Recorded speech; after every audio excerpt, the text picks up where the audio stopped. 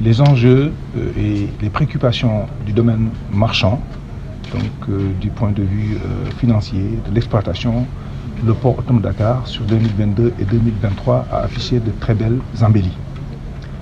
Ces performances remarquables doivent être replacées dans un coffrage de sécurité et de sûreté afin d'en garantir la pérennité.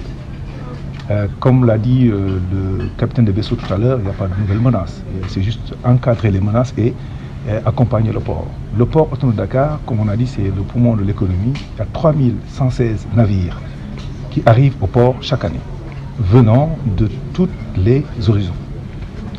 Nous avons au port autonome de Dakar 800 équipes au niveau des plateformes pétrolières qui passent par le port pour rejoindre la plateforme pétrolière 3 semaines après et reviennent sur terre.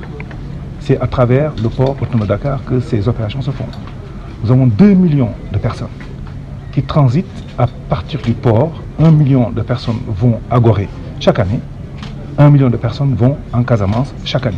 Donc c'est aussi des trajectoires, un lieu d'échange, de transit et de séjour d'événements extrêmement importants à sécuriser.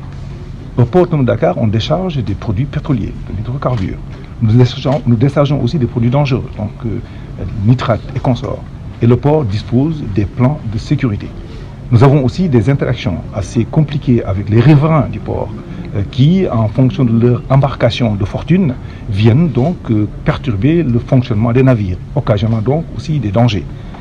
Sous ce registre, avec un port qui performe du point de vue économique et financier, nous avons pensé que c'était important d'impliquer les forces de défense et de sécurité qui sont avec nous tous les jours, afin, à notre niveau, de notre fenêtre, faire une présentation de l'ensemble des risques que nous avons identifiés et voir comment ils peuvent nous aider, avec leur expertise, leur mission principale, à juguler ou mitiger ces risques-là. Voilà l'objet de ce séminaire. Nous avons travaillé avec la ASMAR, qui a organisé donc la cohorte complète de l'ensemble des acteurs, ceux qui sont dans le port, ceux qui sont lointains du port, mais qui sont sur des questions de sécurité.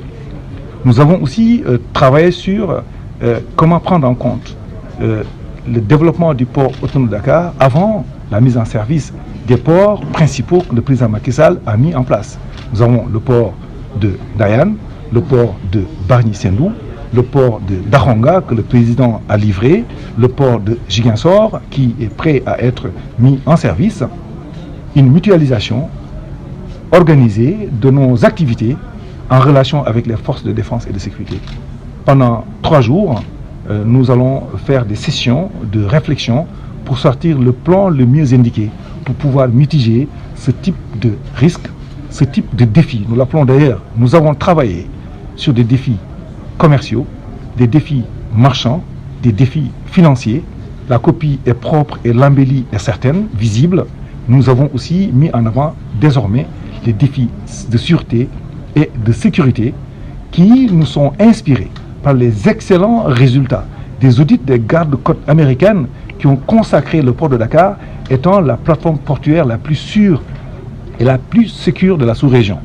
Quand on a une belle performance, le souci majeur d'un bon manager, c'est de s'assurer de la pérennité de cette belle performance en ayant un soutien et un encadrement des meilleurs experts en la matière.